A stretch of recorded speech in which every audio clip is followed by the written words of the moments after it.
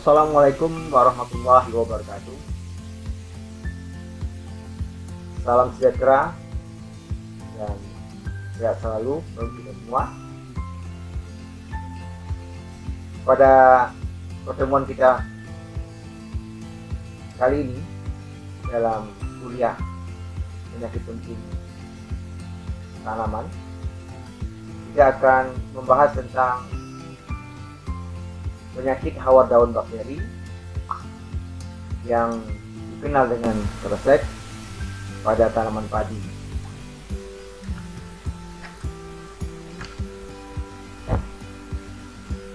Penyakit kresek atau hawar bakteri merupakan salah satu penyakit yang sangat penting pada tanaman padi. Selain beberapa penyakit lain yang disebabkan oleh jamur, penyakit ini menjadi momok bagi para petani karena penyakit ini sering muncul di lahan petani dan selalu menimbulkan kerugian yang cukup berarti.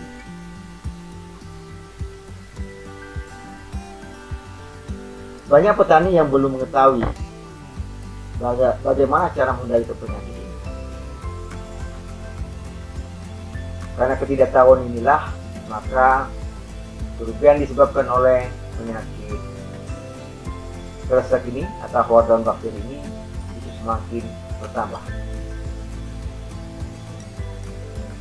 Kebanyakan petani menganggap penyakit kresek sebagai penyakit yang disebabkan oleh jamur, sehingga dalam usaha pengendaliannya mereka menggunakan fungisida untuk mengatasi penyakit ini. Tentunya ini suatu hal yang salah, karena fungisida itu adalah pestisida yang diperuntukkan untuk patogen jamur. Bahkan yang lebih parah lagi, bahwa petani menganggap penyakit kresek itu merupakan serangan hama, sehingga mereka pun untuk mengendalikan penyakit ini menggunakan inseksida yang sebenarnya diperuntukkan untuk serangga atau hama. Ya, karena ketidaktahuan inilah penyakit ini terus berkembang di lapangan dan terus menimbulkan kerugian yang sangat besar.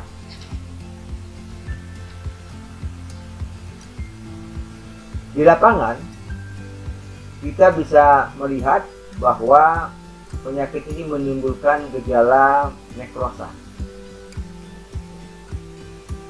atau bisa saja nanti akan menimbulkan tanaman yang mati yang dicirikan dengan adanya tanaman yang mengering,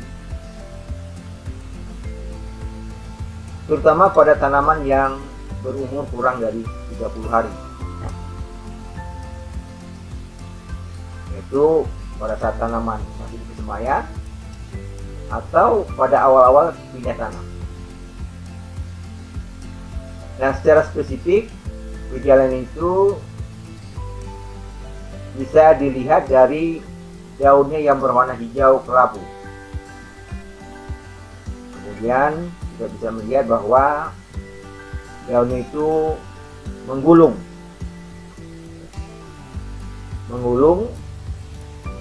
sejajar dengan tulang daun. Kondisi parah dapat menyebabkan seluruh daunnya menggulung, kemudian tanaman menjadi layu dan akhirnya mati. Kalau kita lihat, gejala ini mirip dengan tanaman yang terserang penggeret batang atau tersiram air panas.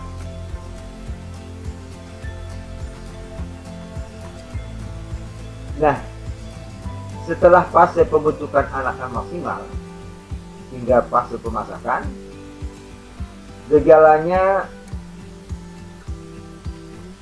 sering atau disebut dengan hawar, dengan diawali dengan adanya bercak berwarna kelabu.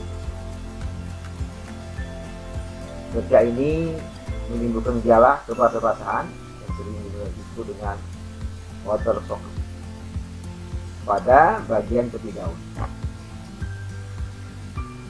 Bila gejalanya meluas, maka seluruh layan daun akan mengering.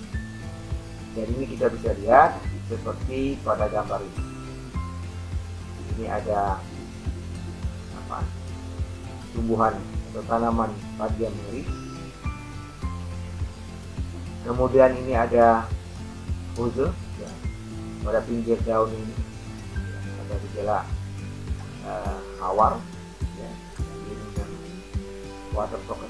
Kemudian ini pada saat-saat ini pada bagian ini akan keluar bintik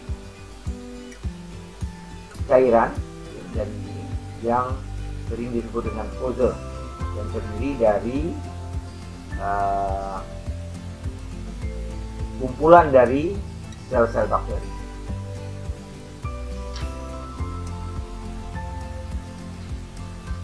Penyebab penyakitnya ini adalah sesuai dengan namanya, yaitu hawar daun bakteri. Tentunya penyakit dapat kita tebak bahwa penyakitnya adalah berasal dari kelompok bakteri.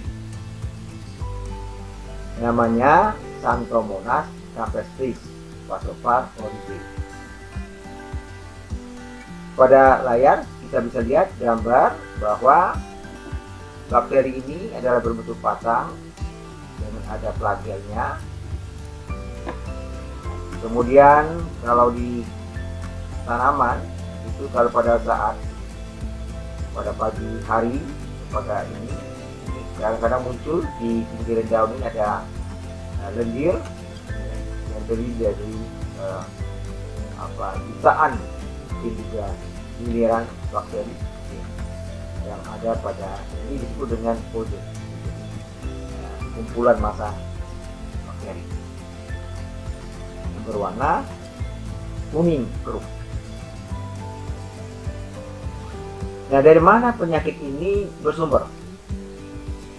Penyakit ini bersumber pertama dari tanaman yang sakit, kemudian dipanen, kemudian jeraminya ditumpuk. Jadi berasal dari jerami yang tanaman itu sebelumnya sudah terserang oleh bakteri. Nah, ini dari sumber penyebabnya di sana. Kemudian berasal dari singgang atau sisa-sisa tanaman yang ada di lapangan setelah dipanen. Jadi ada tanaman yang dipanen kemudian dia masih tumbuh dan ada daunnya. Nah, ini disebut singgang. Nah, untuk tanaman-tanaman yang sudah terinfeksi, maka ini akan menjadi sumber penyakit untuk penanaman berikutnya. Selain dari tanaman yang memang sudah terserang di lapangan. Kemudian bagaimana penyakit ini bisa menyebar dari satu tanaman ke tanam lain? Apa yang menjadi perantaranya? Pertama adalah adanya kondisi cuaca yang buruk, ya, yaitu adanya hujan yang deras, kemudian disertai dengan angin kencang, sehingga ini dapat menimbulkan pergesekan antara tanaman yang satu dengan tanaman lain, antara daun yang satu dengan daun lain, hingga memungkinkan untuk terjadinya kontak dan luka. Hingga kalau ada terjadi kontak antara tanaman sakit dengan tanaman yang sehat, maka penyakit ini akan menyebar ke tanaman yang sehat. Di samping itu, percikan air hujan yang terlontar dan mengenai ozon, ini juga menjadi faktor yang bisa menimbulkan penyebaran penyakit. Nah, bagaimana cara patogen ini atau bakteri ini itu bisa masuk atau menginfeksi tanaman? Pertama, infeksi ini bisa melalui hidatoda. Hidatoda ini adalah semacam pori yang berada di bagian pinggir daun, dan ini merupakan lubang alami, sehingga pada saat ada kontak dengan bakteri, bakterinya masuk ke dalam tanaman melalui hidatoda ini. Selain lewat hidatoda, infeksi juga bisa terjadi karena adanya luka pada tanaman. Nah, luka ini itu bisa terjadi karena proses pengambil atau pemindahan bibit yang dilakukan dengan pertama memotong daun pada bibit yang akan dipindahkan. Jadinya biasanya petani melakukan ini karena ingin mengurangi evaporasi, sehingga daunnya dipotong, dan ini justru akan menimbulkan kelukaan pada bibit, dan ini akan bisa menimbulkan atau menyebabkan bakteri masuk lewat luka ini. Di samping itu, luka juga bisa terjadi karena proses pencabutan bibit yang kurang hati-hati, atau karena memang bibitnya sudah terlalu tua atau lambat dalam untuk melakukan pemindahan, sehingga akarnya sudah berkembang, sehingga waktu proses pencabutan bibit ini akan menimbulkan luka pada bagian akar. Nah, penggunaan bibit-bibit seperti ini yang telah menjadi luka ini akan sangat potensial untuk bakteri bisa masuk ke dalam tanaman, ke dalam sel.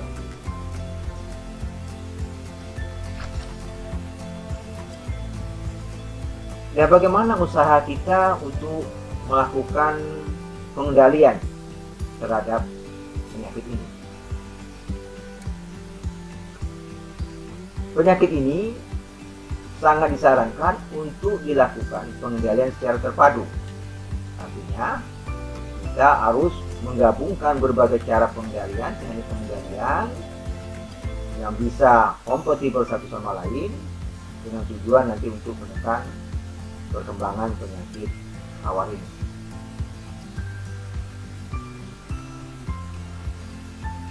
Dan seringkali petani tidak memperhatikan kondisi lingkungan dan pertanamannya. Pengendalian penyakit ini dilakukan setelah tanaman menampakkan gejala serangan, dan kondisi ini biasanya sudah sangat terlambat karena bakterinya itu sudah banyak atau sudah berada di dalam tanaman. Jadi kalau gejala yang sudah muncul itu biasanya sudah sangat terlambat. Oleh karena itu, pengendalian lebih awal atau upaya untuk mengendalikan lebih awal itu sangat diperlukan.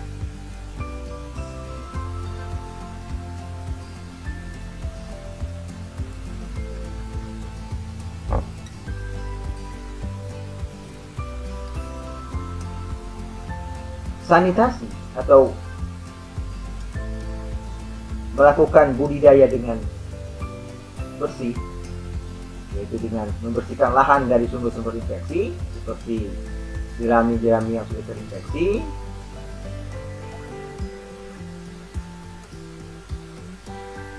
dan memastikan bahwa tunggul jerami, sisa-sisa jerami yang ada di lapangan dan singgang telah hancur sempurna. Jadi kita olah, kita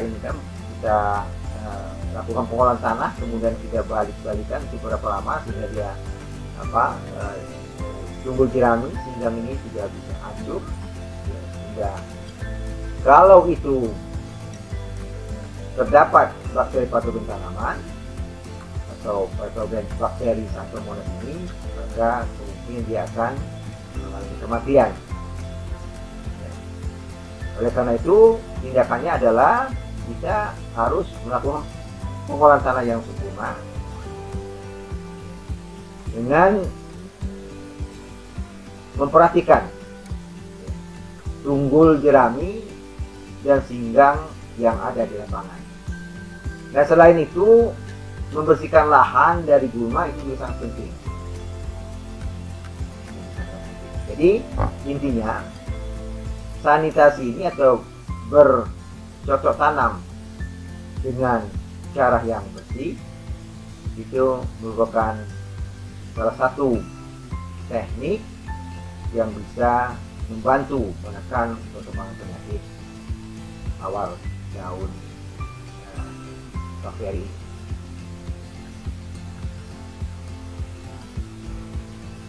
Dan selain itu, kita bisa menggunakan varietas tahan. Sudah banyak ya direkomendasikan beberapa varietas yang tahan yang dapat kita temukan di pasaran. Yang perlu diperhatikan bahwa dalam penggunaan varietas tahan ini kita harus mengupayakan melakukan pegiliran varietas. Artinya, kita jangan menggunakan varietas itu secara terus-menerus sepanjang waktu. Setiap musim tanam atau setiap waktu kita menggunakan varietas yang sama. Nah, ini sangat berisiko sekali akan terjadi pembentukan strain baru. Jadi, kalau kita menggunakan varietas yang tahan ini, yang biasanya bersifat vertikal, artinya varietas ini mempunyai ketahanan tertentu terhadap bakteri ini saja, maka sebaiknya kita melakukan pegiliran penggunaan varietas ini setiap musim tanam, sehingga kita dapat menghindari terbentuknya strain baru dari bakteri ini, sehingga ketahanan varietas ini bisa kita pertahankan sepanjang waktu. Nah, ini contoh-contoh varietas yang bisa atau yang direkomendasikan untuk bisa ditanam untuk mengatasi penyakit hawar daun bakteri. Di antaranya sebagai contoh misalnya varietas Membramo, ini termasuk golongan tahan. Kemudian ada lagi secara acak saya akan sampaikan bahwa ada varietas Maros, ini juga termasuk tahan. Ciliwung ini termasuk agak tahan.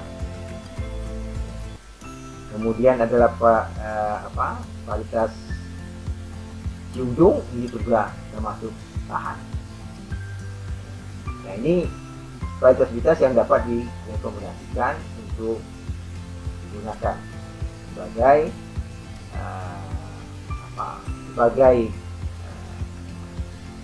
tanaman atau varietas yang dapat menahan atau mengurangi serangan penyakit hawar daun bakteri. Ini juga merupakan beberapa contoh varietas yang tidak tepat.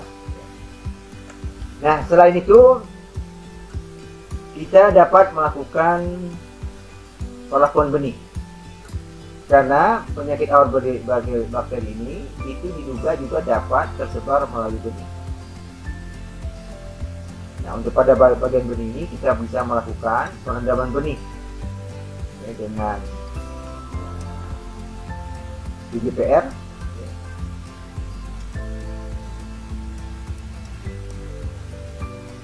dan Corynebacterium.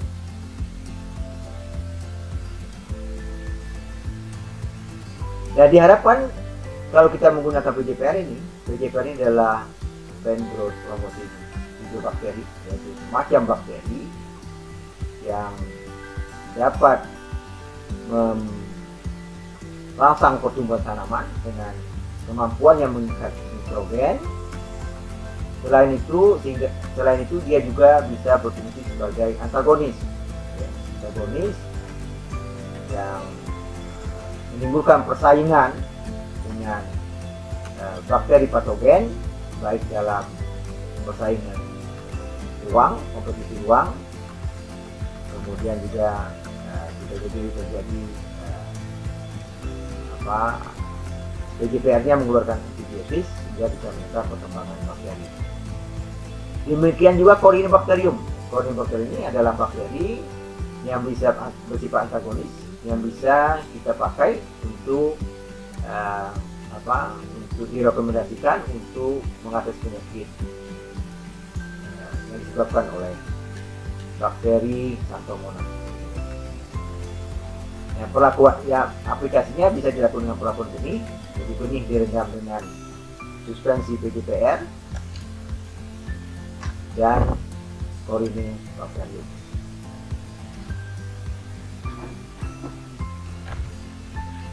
Kemudian cara lain adalah dengan mengatur sistem tanam. Jarak tanam yang ideal itu adalah sistem legowo. Kita bisa menanam dengan mengatur jarak tanam, kemudian antar barisnya itu dengan berapa ini, bisa diajar 4, 45 dan sebagainya. Jadi kita bisa melakukan sistem tanam legowo. Nah, dengan cara ini sistem tanam legowo ini akan bisa memperbaiki sistem aerasi sawah, jadi oksigennya bisa tercukupi ya untuk tanaman. Samping itu cahaya matahari juga bisa sampai ke seluruh bagian tanaman, sehingga pertumbuhan tanaman ini akan semakin baik. Nah, kalau tanaman tumbuhnya dengan baik, dia juga relatif lebih toleran terhadap adanya gangguan pada dirinya, terutama karena adanya gangguan dari bakteri patogen. Pemupukan perimbang itu juga baik kita lakukan, yaitu dengan memberikan pupuk sesuai dengan kebutuhan makan tanaman.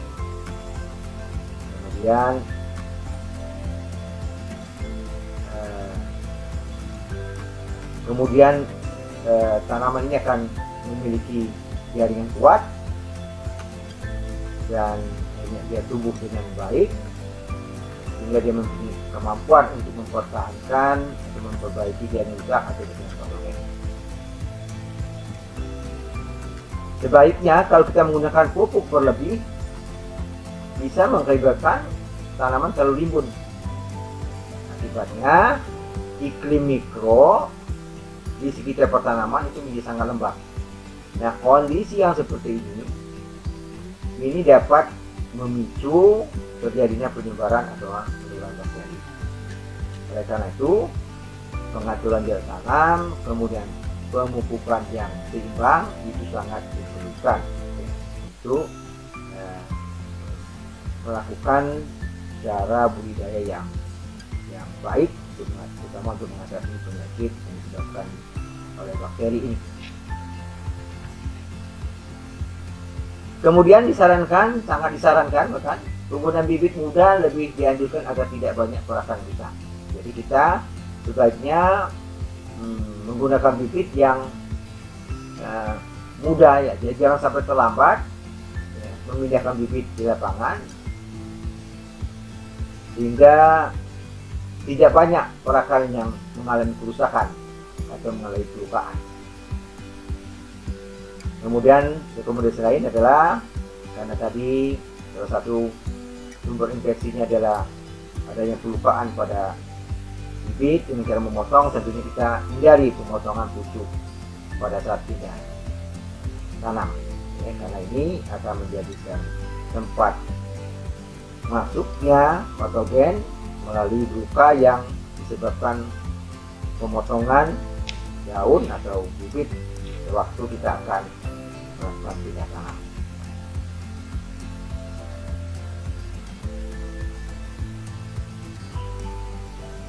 Nah, untuk pengendalian secara biologis, itu tadi sudah saya disampaikan bahwa kita bisa menggunakan Corynebacterium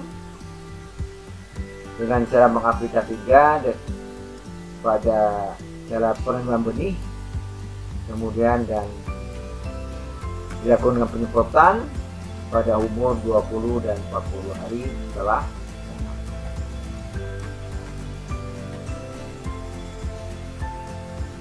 Nah, untuk pengendalian secara kimiawi ini sebaiknya dilakukan atau biasanya dilakukan setelah selang penyakit telah tampak.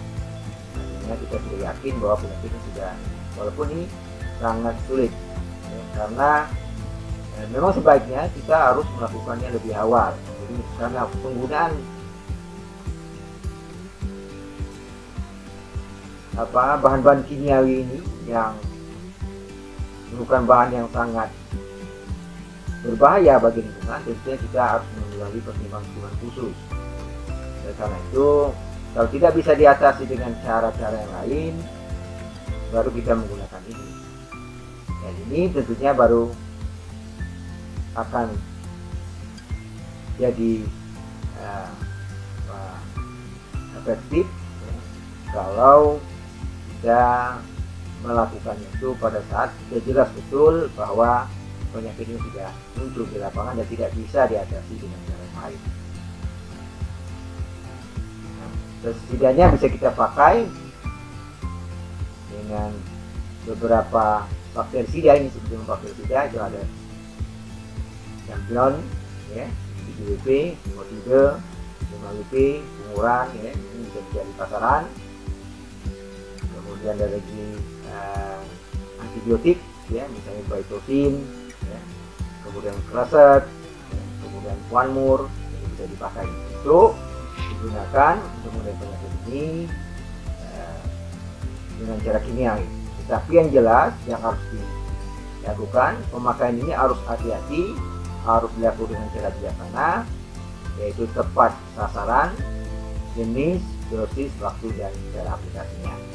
Semua ini akan dapat kita lihat pada label dari kemasan, itu dapat label bagaimana cara menggunakannya. Demikian kuliah kita pada hari ini, pada kesempatan kali ini, dan kita akan lanjutkan pada kuliah berikutnya pada video yang lain.